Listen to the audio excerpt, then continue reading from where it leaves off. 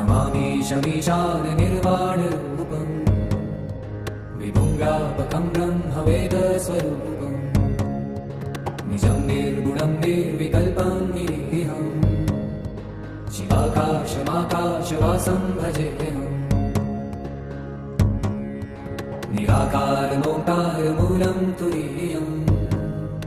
गिराज्ञानगोपीतमीशं गिरीशम् करालं महाकालकालं कृपालुं गुणागार संसारपारं नतोऽहम्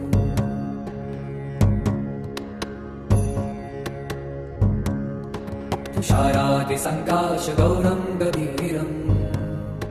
मनोभूतकोटिप्रभाश्रीशरीरम् स्फुरन्मौलिकल्लोलिनीचारुगङ्गा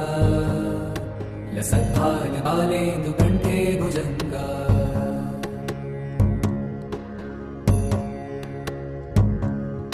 चलत्कुण्डलं भ्रूसुनेत्रं विशालम् प्रसन्नाननं नीलकण्ठं दयालम् मृगाधीशचर्माम्बरं मुण्डमालम् प्रियं शङ्करं सर्वनाथं भजामि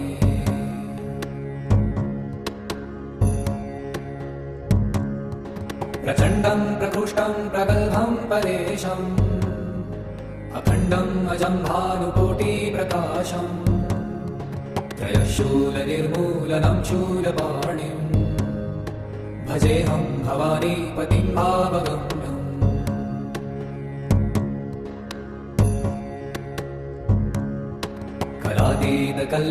कलातीतकल्याणकल्पान्तकारी सदा सज्जनानन्ददाता पुरारी चिदानन्दसन्दोहमोहापहारी प्रसीद प्रसीद प्रभो मन्मथारी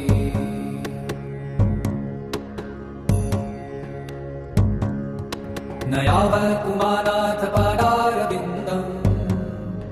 भजन्ति ह लोके परे वा नराणाम् न तावत् सुखं शान्ति सन्तापनाशम् प्रसीद प्रभो सर्वभूताधिवासम्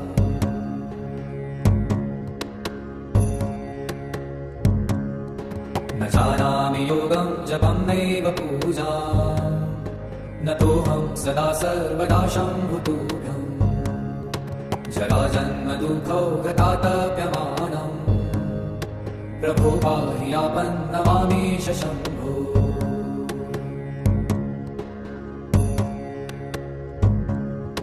नमामि शमीशान निर्वाणरूपम्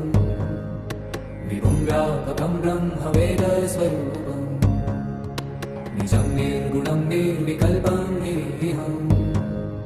चिराकाशमाकाशवासं भजेऽहम्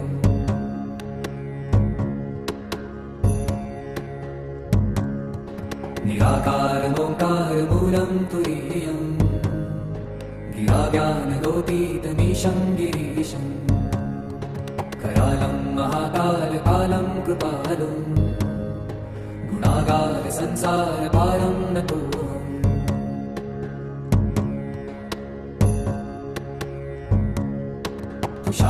तुषाराद्रिसङ्काशगौरं गभीरम् मनोभूतकोटिप्रभाश्रीशरीरम् स्फुरन्मौलिकल्लोलिनीचारुगङ्गा लसद्भालबालेन्दुकण्ठे भुजङ्गा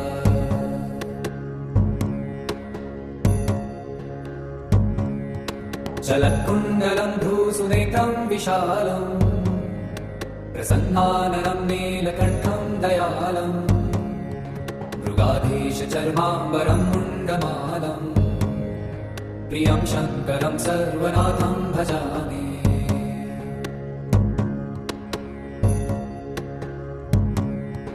प्रचण्डं प्रकृष्टं प्रगल्भं परेशम्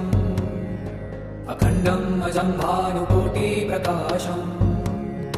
त्रयशूलनिर्मूलनं शूलपाणिम् भजेऽहं भवानीपतिं भावगम्यम्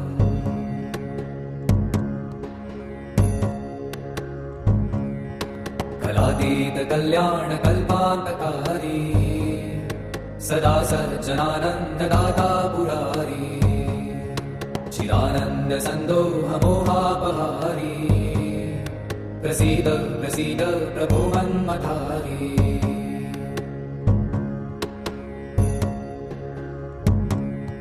न यावत् पुमानाथ पादारविन्दम्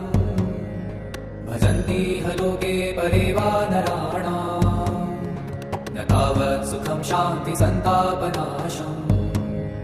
प्रसीद प्रभो सर्वभूताधिवासम्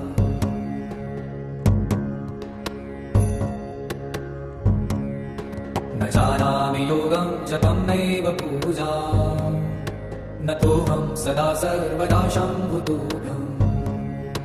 जराजन्म दुःखौ गतातप्यमानम् प्रभो पाहि आपन्नमामीश शम्भो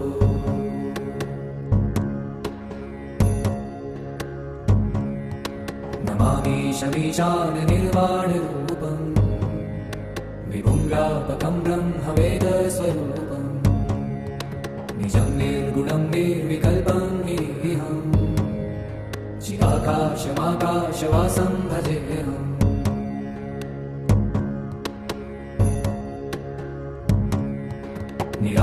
निराकारमोङ्कारमूलं तुरीयम्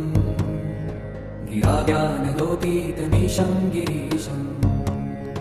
करालं महाकालकालं कृपालुं गुणागार संसारकारं नतोऽहम्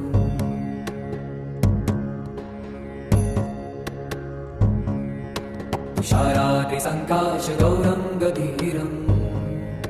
मनोभूतकोटिप्रभाश्रीशरीरम् स्फुरन्मौलिकल्लोलिनी चारुगङ्गा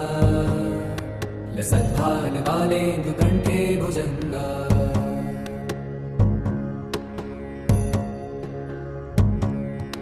चलत्कुण्डलं भ्रूसुनेत्रं विशालम् प्रसन्नाननं नीलकण्ठं दयालम् मृगाधीशचर्माम्बरं मुण्डमालम् प्रियं शङ्करं सर्वनाथं भजामि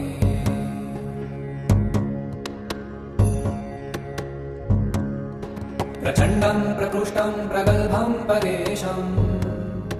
अखण्डम् अजं भानुकोटिप्रकाशम् त्रयशूलनिर्मूलनं शूलपाणिम् भजेऽहं भवानीपतिं भावगम्यम्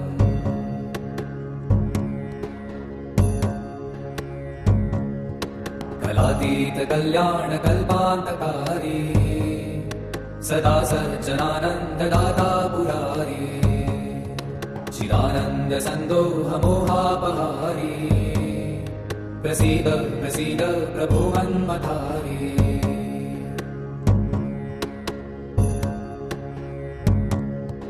न यावत् पुमानाथ पादारविन्दम् भजन्ति ह लोके परे वा नराणाम् न तावत् सुखं शान्ति सन्तापनाशम् प्रसीद प्रभो सर्वभूताधिवासम्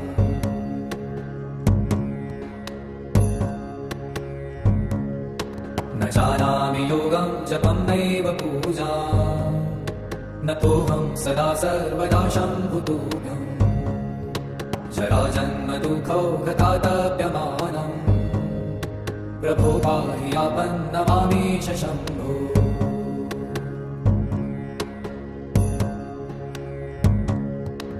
नमामीशमीशान निर्वाणरूपम् विभुं व्यापकं ब्रह्मवेदस्वरूपम् निजं निर्गुणं निर्विकल्पं निरीहम् चिदाकाशमाकाशवासं भजेऽहम्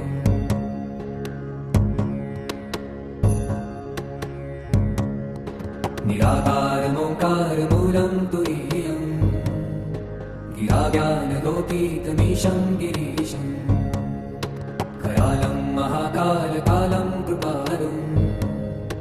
गुणागार संसारकारं नतोऽहम्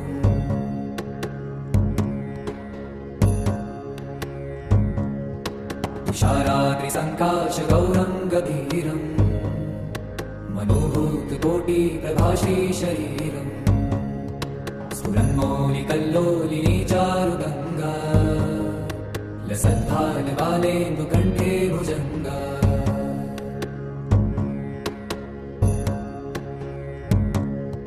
चलत्कुण्डलं भ्रूसुनेत्रं विशालम् प्रसन्नाननं नीलकण्ठं दयालम् मृगाधीशचर्माम्बरं मुण्डमालम् प्रियं शङ्करं सर्वनाथं भजामि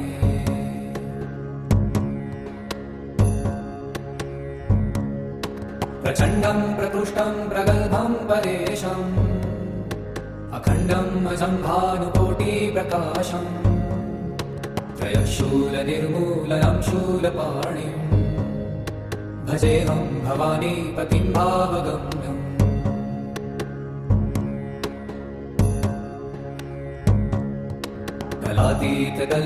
कलातीतकल्याणकल्पान्तकारी सदा सज्जनानन्ददाता पुरारी चिदानन्दसन्दोहमोहापहारी प्रसीद प्रसीद प्रभो मन्मथारी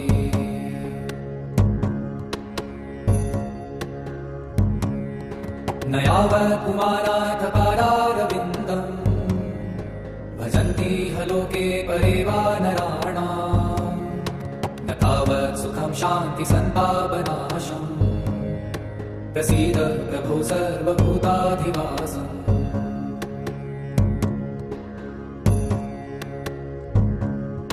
न जानामि योगं जपं नैव पूजाम् न तोऽहं सदा सर्वदा शम्भुदुःखम् जराजन्मदुःखौ गतातप्यमानम् प्रभो पाहि आपन्नमामीश शम्भो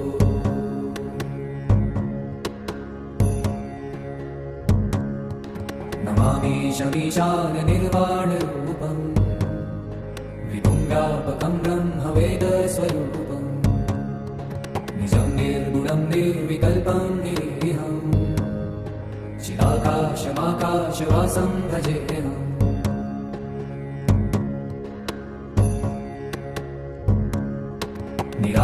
निराकारमोङ्कारमूलं तुरीयम् गिराज्ञानगोतीतमीशं गिरीशम् करालं महाकालकालं कृपालुं गुणागारसंसारकारं नतोऽहम्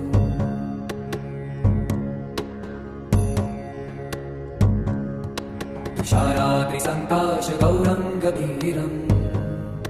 मनोभूतकोटिप्रभाश्रीशरीरम् स्फुरन्मौलिकल्लोलिनी चारुगङ्गा लसद्भालबालेन्दुकण्ठे भुजङ्गा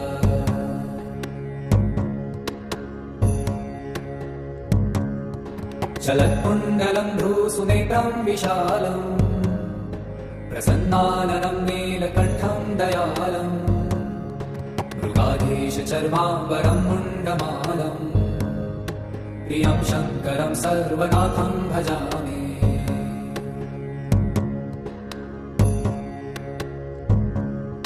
प्रचण्डं प्रकृष्टं प्रगल्भं परेशम्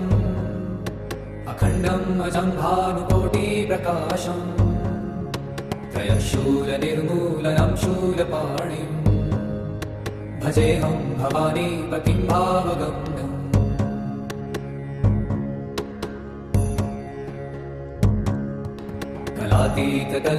कलातीतकल्याणकल्पान्तकारी सदा सज्जनानन्ददाता पुरारी चिदानन्दसन्दोहमोहापहारी प्रसीद प्रसीद प्रभो मन्मथारी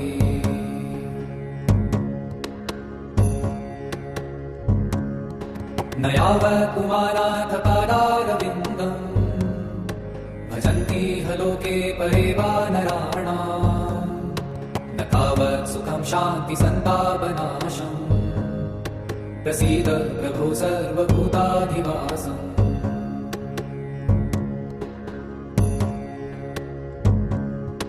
न जानामि योगं जपं नैव पूजाम् न तोऽहं सदा सर्वदा शम्भुतुभ्यम् जराजन्मदुःखौ गतातप्यमानम् प्रभो पाहि आपन्नमामीश शम्भो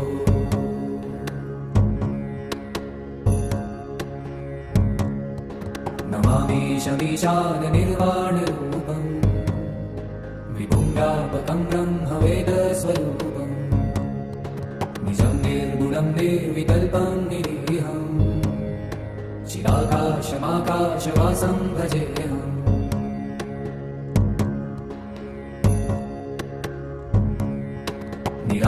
निराकारमोङ्कारमूलं तुरीयम्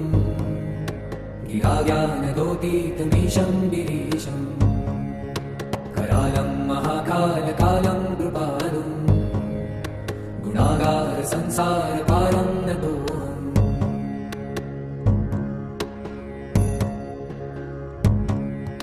तुषाराद्रिसङ्काशगौरं गभीरम्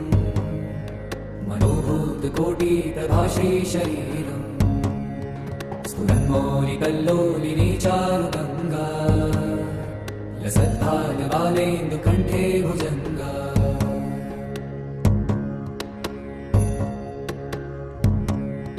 चलत्कुण्डलं भ्रूसुनेत्रं विशालम् प्रसन्नाननं नीलकण्ठं दयालम् मृगाधीशचर्माम्बरं मुण्डमालम् प्रियं शङ्करं सर्वनाथं भजामि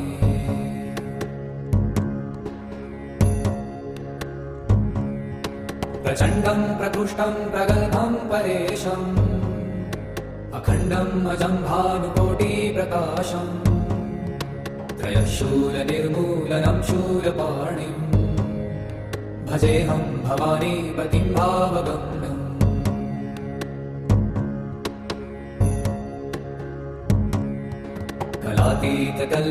कलातीतकल्याणकल्पान्तकारी सदा सज्जनानन्ददाता पुरारी चिदानन्दसन्दोहमोहापहारी प्रसीद प्रसीद प्रभो मन्मथारी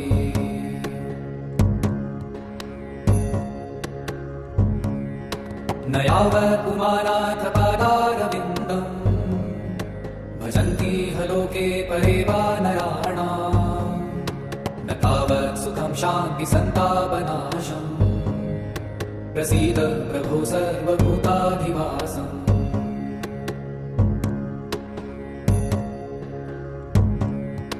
न जानामि योगं जपं नैव पूजाम् न तोऽहं सदा सर्वदा शम्भुदुःखम् जराजन्मदुःखौ गतातप्यमानम् प्रभो पाहि आपन्नमामीश शम्भो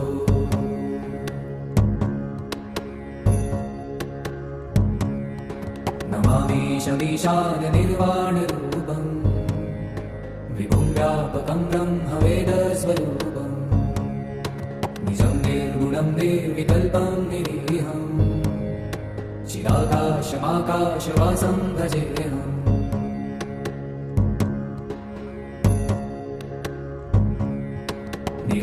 निराकारमोङ्कारमूलं तुरीयम् गिराज्ञानदोतीतमीशं गिरीशम् करालं महाकालकालं कृपालुं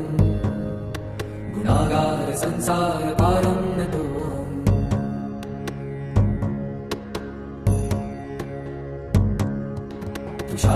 तुषाराद्रिसङ्काशगौरं गभीरम् मनोभूतकोटिप्रभाश्रीशरीरम्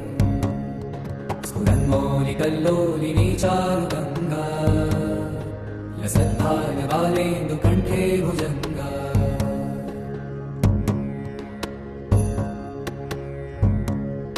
चलत्कुण्डलं भ्रूसुनेत्रं विशालम्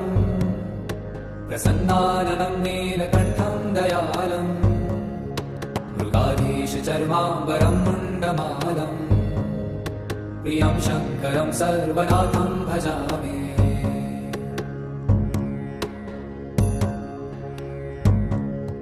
प्रचण्डं प्रकृष्टं प्रगल्भं परेशम् अखण्डम् अजं भानुकोटिप्रकाशम् त्रयशूलनिर्मूलनं शूलपाणिम् भजेऽहं भवानीपतिं भावगम्यम्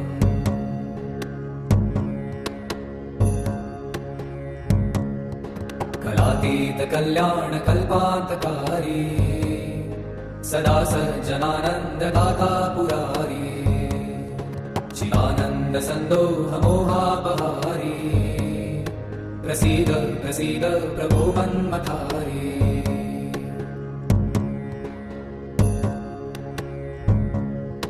न यावत् पुमानाथ पादारविन्दम् भजन्तीह लोके परे वा नराणाम् न तावत् सुखं शान्ति सन्तापनाशम् प्रसीद प्रभो सर्वभूताधिवासम्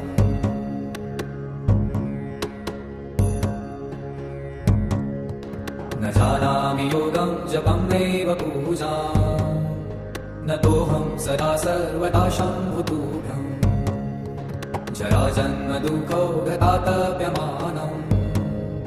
प्रभो पाहि आपन्नमामीश शम्भो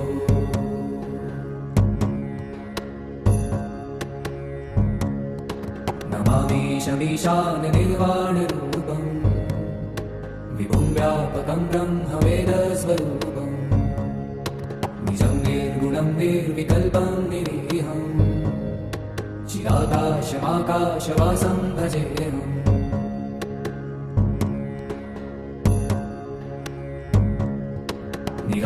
निराकारमोङ्कारमूलं तुरीयम् गिराज्ञानदोतीतमीशं गिरीशम् करालं महाकालकालं कृपालुम्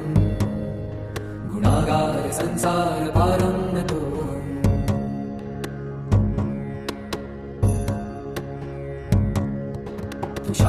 तुषारादिसङ्काशगौरं कबीरम् मनोभूतकोटिप्रभाश्रीशरीरम् स्फुरन्मौलिकल्लोलिनी चारुगङ्गा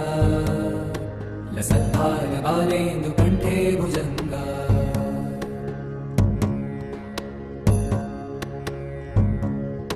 चलत्कुण्डलं भ्रूसुनेत्रं विशालम् प्रसन्नाननं नीलकण्ठं दयालम् मृगाधीशचर्माम्बरं मुण्डमालम् प्रियं शङ्करं सर्वनाथं भजामि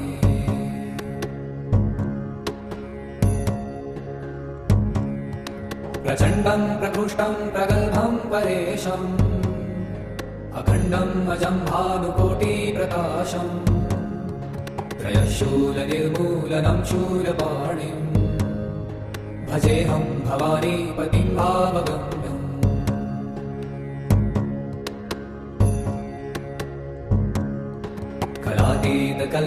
कलातीतकल्याणकल्पान्तकारी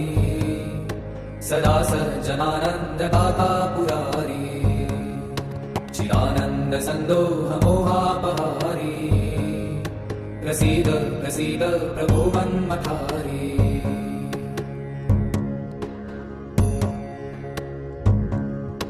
न यावत् पुमानाथ पादारविन्दम् भजन्तीह लोके परे वा नराणाम् न तावत् सुखं शान्ति सन्तापनाशम् प्रसीद प्रभो सर्वभूताधिवासम्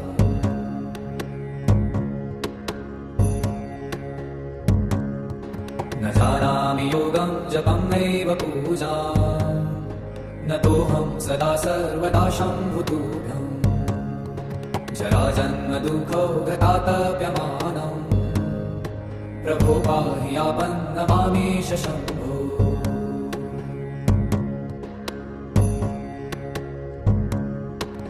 नमामीशमीशान निर्वाणरूपम् विभुं व्यापकं ब्रह्मवेदस्वरूपम् निजं निर्गुणं निर्विकल्पं निरीहम् चिराकाशमाकाशवासं भजेऽहम्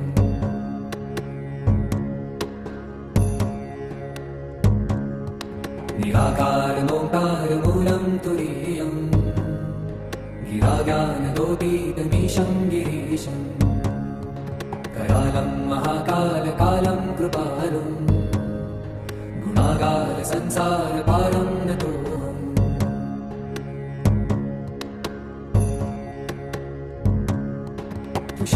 तुषारादिसङ्काशगौरं गभीरम् मनोभूतकोटिप्रभाश्रीशरीरम् स्फुरन्मौलिकल्लोलिनी चारुगङ्गा लसद्भालबालेन्दुकण्ठे भुजङ्गा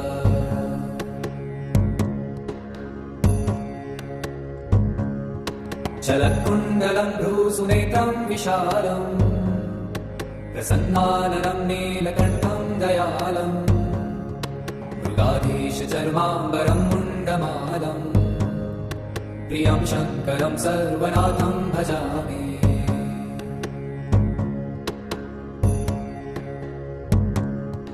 प्रचण्डं प्रकृष्टं प्रगल्भं परेशम् अखण्डम् अजं भानुकोटिप्रकाशम् त्रयशूलनिर्मूलनं शूलपाणिम् भजेऽहं भवानीपतिं भावगम्यम्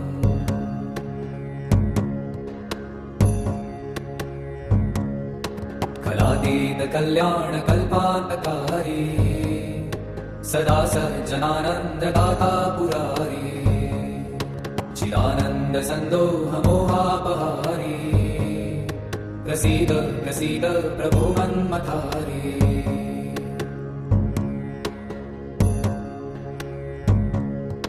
न यावत् पुमानाथ पादारविन्दम्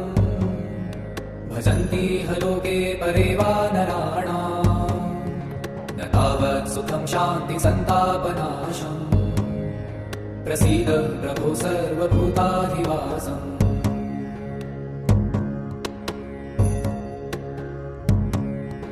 न जानामि योगं जपं नैव पूजाम् न तोऽहं सदा सर्वदा शम्भुतुभ्यम् जराजन्म दुःखौ गतातप्यमानम् प्रभो पाहि आपन्नमामीश शम्भो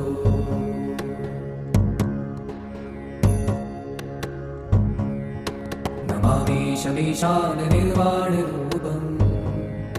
विभुं व्यापकं ब्रह्मवेदस्वरूपम् निजं निर्गुणं निर्विकल्पं निरीहम् चिदाकाशमाकाशवासं भजेऽहम्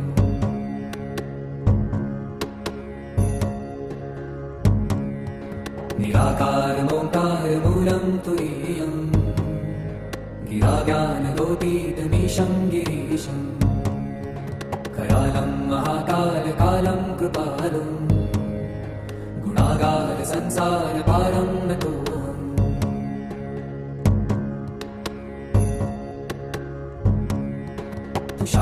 तुषाराद्रिसङ्काशगौरं गभीरम् मनोभूतकोटिप्रभाश्रीशरीरम् स्फुरन्मौलिकल्लोलिनीचारुगङ्गा लसद्भालबालेन्दुकण्ठे भुजङ्गा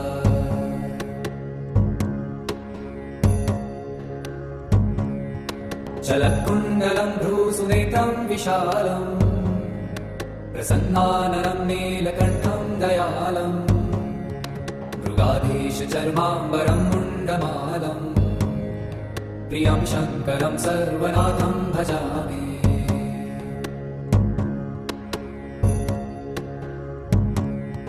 प्रचण्डं प्रकृष्टं प्रगल्भं परेशम् अखण्डम् अजं भानुकोटिप्रकाशम् त्रयशूलनिर्मूलनं शूलपाणिम् भजेऽहं भवानीपतिं भावगम्यम्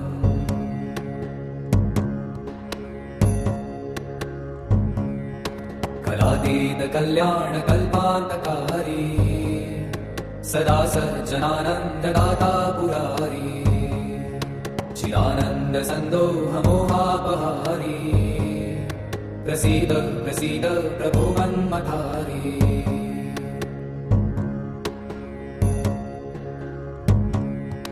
न यावत् पुमानाथ पादारविन्दम् भजन्ति ह लोके परे वा नराणाम् न तावत् सुखं शान्ति सन्तापनाशम् प्रसीद प्रभो सर्वभूताधिवासम्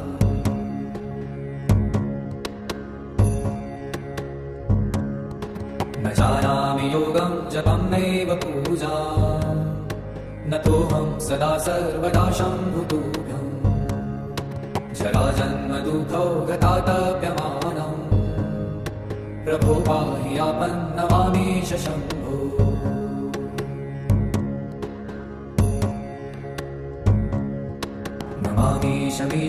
नमामीशमीशाननिर्वाणरूपम् विभुं व्यापकं ब्रह्मवेदस्वरूपम् निजं निर्गुणं निर्विकल्पं निरीहम् चिदाकाशमाकाशवासं भजेऽहम्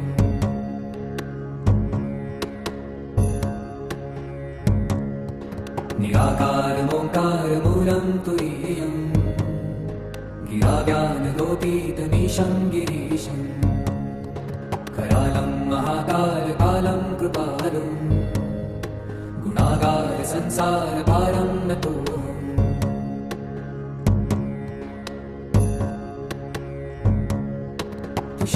तुषाराद्रिसङ्काशगौरं गभीरं मनोभूतकोटिप्रभाश्रीशरीरम् स्फुरन्मौलिकल्लोलिनी चारुगङ्गा लसद्भालबालेन्दुकण्ठे भुजङ्गा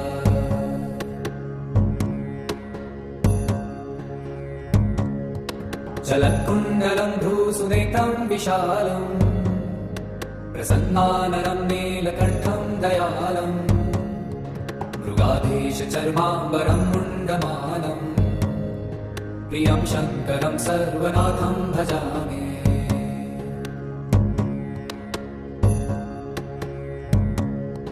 प्रचण्डं प्रकृष्टं प्रगल्भं परेशम् अखण्डम् अजं भानुकोटिप्रकाशम् त्रयशूलनिर्मूलनं शूलपाणिम् भजेऽहं भवानीपतिं भावगम्यम्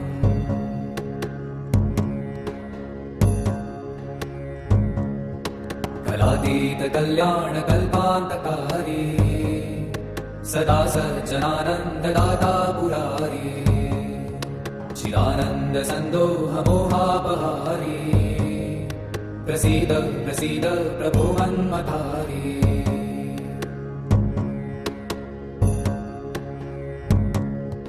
न यावत् पुमानाथ पादारविन्दम्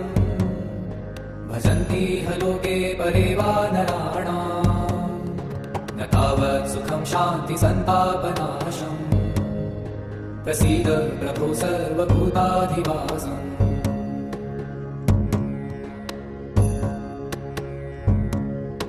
न जानामि योगं जपं नैव पूजाम् न तोऽहं सदा सर्वदा शम्भुतुभ्यम्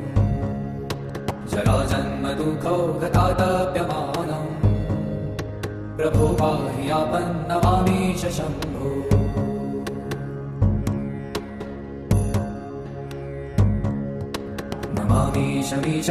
नमामीशमीशाननिर्वाणरूपम् विभुं व्यापकं ब्रह्मवेदस्वरूपम् निजं निर्गुणं निर्विकल्पं निरीहम् चिदाकाशमाकाशवासं भजेऽहम्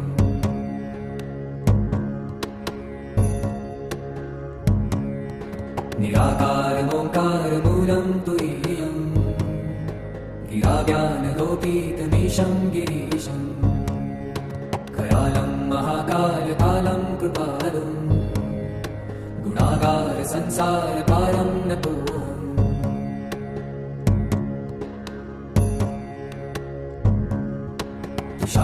तुषाराद्रिसङ्काशगौरं गभीरं मनोभूतकोटिप्रभाश्रीशरीरम् स्फुरन्मौलिकल्लोलिनी चारुगङ्गा लसद्भालबालेन्दुकण्ठे भुजङ्गा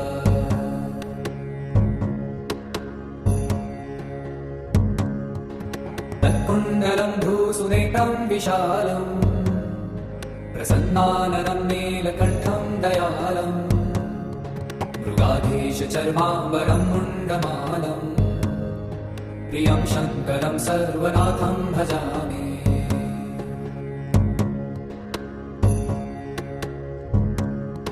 प्रचण्डं प्रकृष्टं प्रगल्भं परेशम्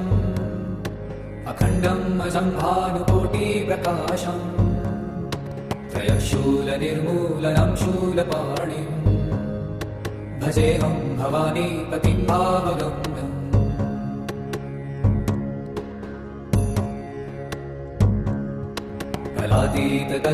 कलातीतकल्याणकल्पान्तकारी सदा सज्जनानन्ददाता पुरारी चिदानन्दसन्दोहमोहापहारी प्रसीद प्रसीद प्रभो मन्मथारी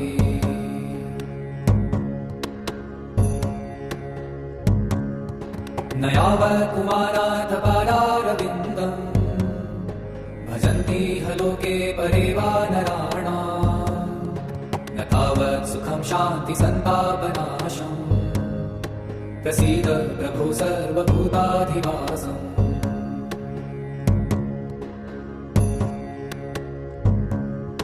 न जानामि योगं जपं नैव पूजा न तोऽहं सदा सर्वदा शम्भुतुभ्यम् जराजन्म दुःखौ गतातप्यमानम् प्रभो पाहि आपन्नमामीश शम्भो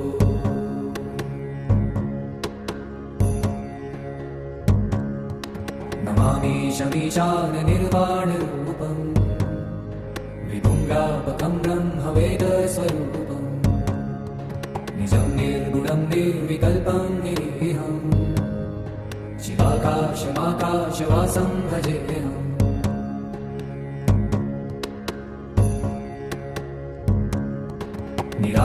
निराकारमोङ्कारमूलं तुरीयम् गिराज्ञानगोतीतमीशं गिरीशम् करालं महाकालकालं कृपालुं गुणागारसंसारकारं नतोऽहम्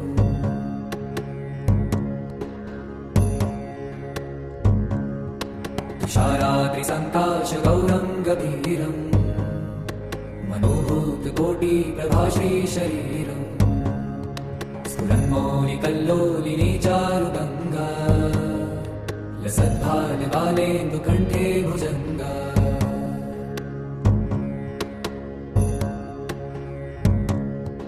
चलत्कुण्डलं भ्रूसुनेत्रं विशालम् प्रसन्नाननं नीलकण्ठं दयालम् मृगाधीशचर्माम्बरं मुण्डमालम् प्रियं शङ्करं सर्वनाथं भजामि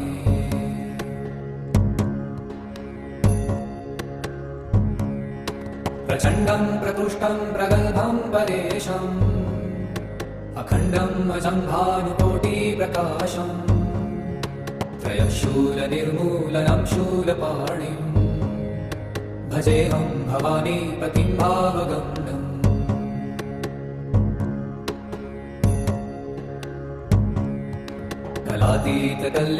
कलातीतकल्याणकल्पान्तकारी सदा सज्जनानन्ददाता पुरारी चिदानन्दसन्दोहमोहापहारी प्रसीद प्रसीद प्रभो मन्मथारी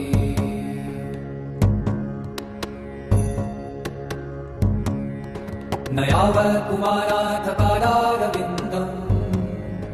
भजन्तीह लोके परे वा नराणाम् न तावत् सुखं शान्ति सन्तापनाशम् प्रसीद प्रभो सर्वभूताधिवासम्